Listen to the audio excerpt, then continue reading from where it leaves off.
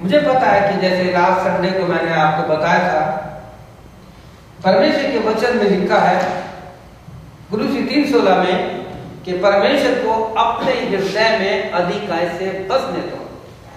केवल इतना ही पूरा नहीं है, परमेश्वर के वचन में यह भी लिखा है कि हम परमेश्वर ने जो मुझे सिखाया वो मैं आपको बता रहा हूं कि परमेश्वर का वचन हमारे हड्डी में भी जाना चाहिए। आपने पढ़ा, वो हड्डियां हैं, हड्डियां सुन नहीं सकती। और हमने परमेश्वर के वचन में यह भी पढ़ा था, प्रभु यीशु मसीह ने कहा था अचंभा मत करो, क्योंकि मुर्दे मरे हुए लोग परमेश्वर का वचन सुनेंगे। मुर्दे दो प्रकार के होते हैं, जो मर चुके हैं दो प्रकार के होते हैं। एक तो वो है जो शरीर में मर गए हैं, जिनको दफना दिया गया है, खत्म हो गया, और एक वो है जो आत्मा में मर चुके हैं, जिंदा है, चलती फिरती लाश है, संसार के साथ चल रहे हैं। उनको चाहे कितना ही वचन सुना वो नहीं मानेंगे, वो परमेश्वर के वचन से दूर हो चुके हैं। परमेश्वर के वचन में लिखा है कि वो शैतान के अधीन हो चुके हैं। प्रभु के वचन में हम इन सारी चीजों को देखते हैं कि किस प्रकार से प्रभु यीशु मसीह ने अपने वचन के द्वारा बहुत से लोगों को इन बातों को बताया। आज बहुत से लोग अपने दुख पीड़ा में परमेश्वर के भवन को आना नहीं चाहते, वो जिस बीमारी में वहां पड़े रहते हैं। इसका बहुत ही अच्छा सुंदर उदाहरण है मत्ती यूहन्ना 5 अध्याय। मैं अक्सर लोगों से कहता हूं कि जो व्यक्ति 38 साल से रोगी था, वो रोगी नहीं था, वो उठना चाहते नहीं था, वो लोगों पे डिपेंड था। आज हम डॉक्टर पे, हम पैसों पर इतने डिपेंड हो गए हैं कि परमेश्वर के वचन से हमारा ध्यान हट गया है। लेकिन बाइबल में यह भी लिखा है मार्क 5 में कि वो स्त्री जिसके पास पैसा था, जब तक वो पैसा लगा करके वैद्यों पे गई, वैद्यों से जितना उसे इलाज कराया, लिखा है कि उसका रोग और बढ़ गया। लेकिन लिखा है कि जब उसने सुना कि है कोई यीशु नासरी, तो उसने कहा कि मैं जाऊंगी, और वो मन में ऐसा कहती थी कि अगर मैं उसके वचन का छोर, उसके वचन का कोना ही छू लूंगी तो ठीक हो जाऊंगी। ऐसा मेरा विश्वास है कि जब उसने इस प्रकार से बात की थी वो ठीक हो गई थी। लेकिन प्रैक्टिकल वाक्य था। आप सोचिए उस स्त्री के बारे में जिसको इतना ब्लड बहता था, एनीमिक थी, कैसे चलती होगी, खून से कपड़े भरे होंगे, बदबू आती होगी। लेकिन जब उसने इस बात से विश्वास किया कि अगर मैं उसके वस्त्र को छू लूंगी तो एक पावर परमेश्वर के वचन के विश्वास की उस पर आई, और वो भीड़ को चीरती हुई गई और उसने यीशु को छू लिया। यह है परमेश्वर के वचन की सामर्थ्य। अगर आप में से कोई भी बीमार है तो इस वचन को आप बार बार घर पढ़िए और विश्वास कीजिए, and you will receive the healing. परमेश्वर के वचन में लिखा है, अगर भजन 119 उसका 71 वचन पढ़ेंगे, 71 वर्ष पढ़ेंगे, Psalm 119 and 71 में लिखा है कि हे परमेश्वर, मुझे जो दुख हुआ, बीमारी हुई, दुख तकलीफ हुई, वो मेरे लिए अच्छा हुआ, ताकि मैं तेरे वचन पर विश्वास कर सकूं। और परमेश्वर के वचन में एक और बात बहुत सुंदर लिखी है। अगर हम भजन 119 उसका 153 पढ़ेंगे तो लिखा है, मेरे दुख को देखकर मुझसे छुड़ा ले, क्योंकि मैं तेरी व्यवस्था को भूला नहीं हूं। मैंने तेरी वचन को मान लिया है, तेरे वचन को अपने हृदय में रख छोड़ा है कि तेरे विरुद्ध पाप नहीं करूं। प्रिय भाई और बहनों, आज का वचन जो हमने पढ़ा उन हड्डियों के विषय में पढ़ा। Is there power in the word of God? क्या वचन के परमेश्वर के वचन में सामर्थ है? How can we prove that there is a power in the word of God? इस चीज को हम कैसे साबित करें कि परमेश्वर के वचन में सामर्थ है? इसको साबित करने के लिए आप और मैं हो, जिसको हम खुद रूप में शामिल करेंगे। लास्ट संडे हमने देखा था, हमने एक बैलून को फुलाया था। बैलून में कुछ नहीं है, उसको किसने बुलाया? हमारे अंदर जो ताकत है, हमारे जीवन में जो जान है, हमारे अंदर जो जीवन है, उस जीवन को हमने उस बैलून में डाला। आपको और मुझे परमेश्वर ने इसलिए जीवन दिया है कि आपको जो जीवन परमेश्वर ने दिया है, आपको जो जीवन दिया है, वो जीवन दूसरों के लिए है। क्योंकि प्रभु यीशु ने क्या कहा? प्रभु यीशु मसीह ने साफ कहा है, यूहन्ना 10 में कहा है कि मैं इसलिए आया कि वो जीवन पाए और बहुतायत का जीवन पाए। प्रभु ने कहा, तुम जाओ, जो जीवन देने वाला वचन है वो लोगों को दो, ताकि वो जीवन पाए और अनंत जीवन पाए। प्रिय भाई और बहनों, इस चैप्टर को पढ़ने के बाद, एजकेल 37 चैप्टर पढ़ने के बाद अजीब लगता है ना क्या ऐसा हो सकता है का? यस, मेरी व्यक्तिगत गवाही है, बहुत से लोगों की गवाही है कि परमेश्वर के वचन में वो सामर्थ्य है कि अगर हम उसे ले लें तो बहुत कुछ हो सकता है।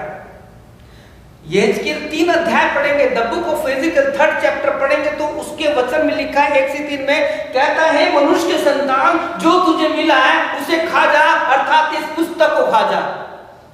मतलब क्या है? हमें क्या पेपर फाड़ना? नो, हमारे अंदर एक इनर मैन है जिसे बोलते हैं स्पिरिचुअल पर्सनैलिटी।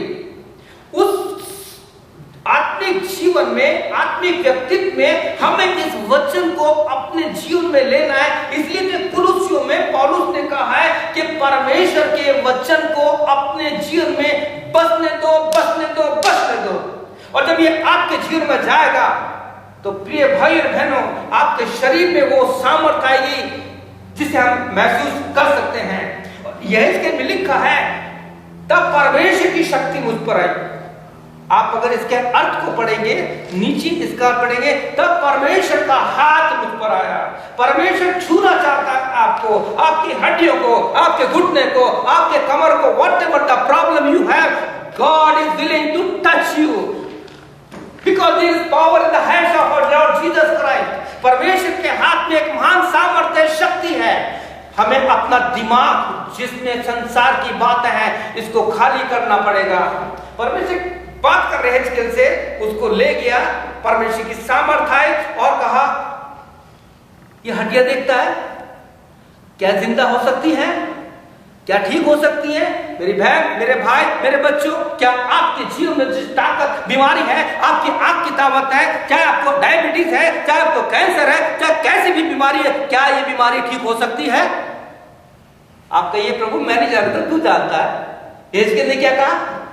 तू जानता है प्रभु, मैं थोड़ी जानता हूं, मेरे को नहीं पता। तू तो मुझे यहां लेके आया, हड्डियों की तराई दिखा दी, वहां पे लिखा है These bones are totally dry, very very dry, बहुत सूखी हैं हड्डियां। लेकिन परमेश्वर के वचन ने क्या कहा? मैं तुझसे जो कुछ कहता हूं इन हड्डियों से कह। आपको ठीक यही वचन आपको जॉन 2 चैप्टर में उसके 5 वर्ष में मिलेगा, यूहन्ना 2:5 में मिलेगा। जब विवाह का समय है, विवाह में सब कुछ अच्छा चल रहा है, अचानक सब कुछ खत्म हो गया, घबराहट हो गई, दुख तकलीफ हो गया। अब क्या होगा? मरियम ने, प्रभु यीशु मसीह की मां जो सब कुछ जानती थी, उसने लोगों से क्या कहा? जो कुछ तुमसे यीशु कहे वही करना। प्रिय भाई और बहनों, आप हर रविवार को, हर समय टीवी के द्वारा, परमेश्वर के वचन के द्वारा आप वचन को सुनते हैं। क्या सुनने के बाद प्रभु में आप उस वचन को वैसा कैसा करते हैं? हम लोगों को गलत राय देते हैं, हम गलत राय देते हैं, लोगों को संसार की राय देते हैं, परमेश्वर के वचन की राय नहीं देते। यहां पे लिखा है, ये इसके लिखा प्रभु तू जानता है।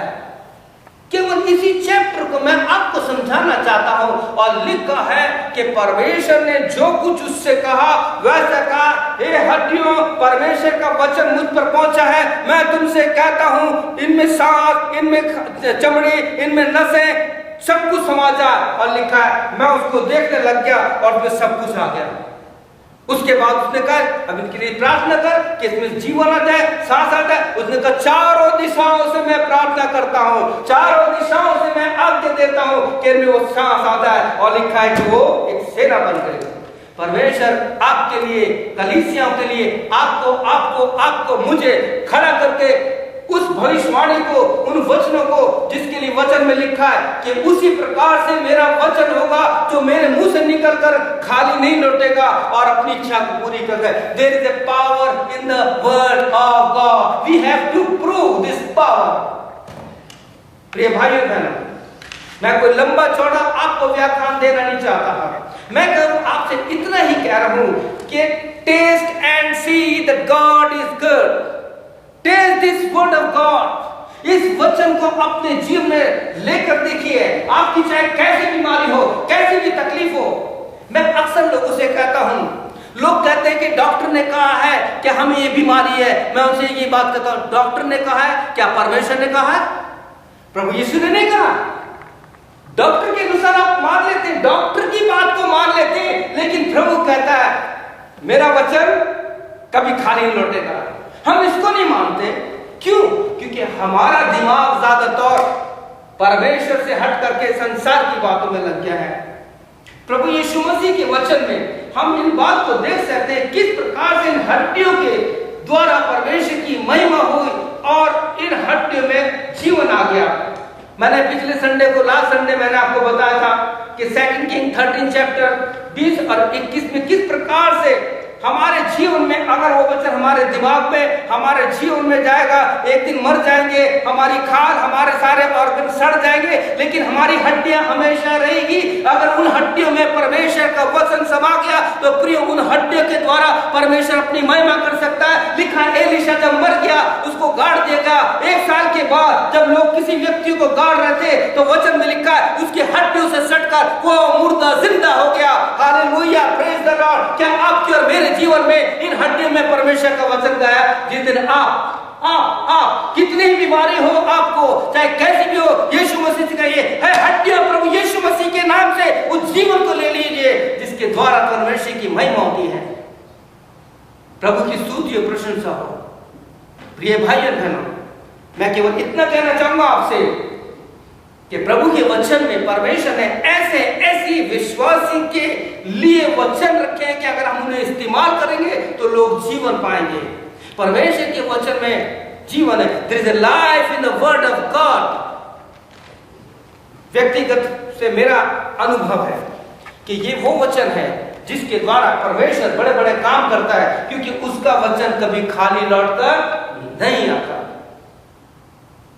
प्रभु यीशु मसीह ने कहा हो गया।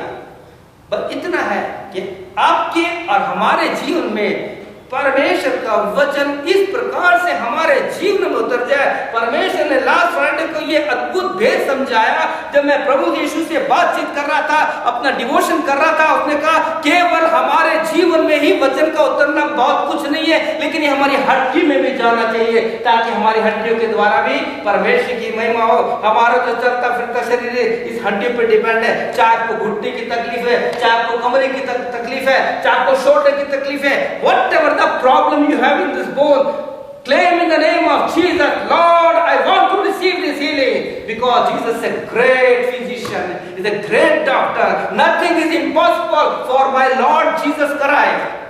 Only believe, all things are possible. Only believe. Say, Lord, I believe. I believe nothing is impossible for you. Shall we bow our head and look to God?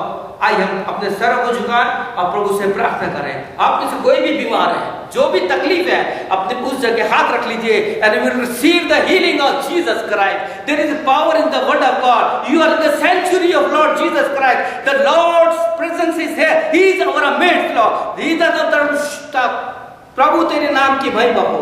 मैं इस समय हर एक भाई बहन, हर एक सुनने वाले के लिए, चाहे उसकी शरीर की कैसी प्रॉब्लम है, ओ प्रभु यीशु मसीह तेरे वचन में लिखा है, ये शायद 55:11 में मेरा वचन कभी खाली नहीं लौटेगा। मैं हर एक भाई और बहन के लिए प्रार्थना करता हूँ, कैसी भी समस्या हो, Lord you raise your hand and touch them and they may receive the power of the Lord and they may receive the healing Lord. Yeshu Masih तेरे नाम की महिमा इनकी हड्डियों को छू ले, जिनको हड्डियों का प्रॉब्लम है, जिनको कैसी भी प्रॉब्लम है, यीशु उनको छू लीजिए, क्योंकि तेरे वचन में सामर्थ है। तू झूठा नहीं है, तू सच्चा है। प्रभु यीशु मसीह तेरी महिमा हो। धन्यवाद यीशु मसीह, जितने लोगों ने इस संगाई को लिया है, तू सच्चा है, तेरा वचन कभी खाली नहीं लौटेगा, क्योंकि हमने तेरे वचन को यीशु मसीह के नाम से छोड़ दिया है। प्रार्थना हमारे प्रभु उद्धार करता यीशु मसीह के नाम से मांगते हैं, आमीन।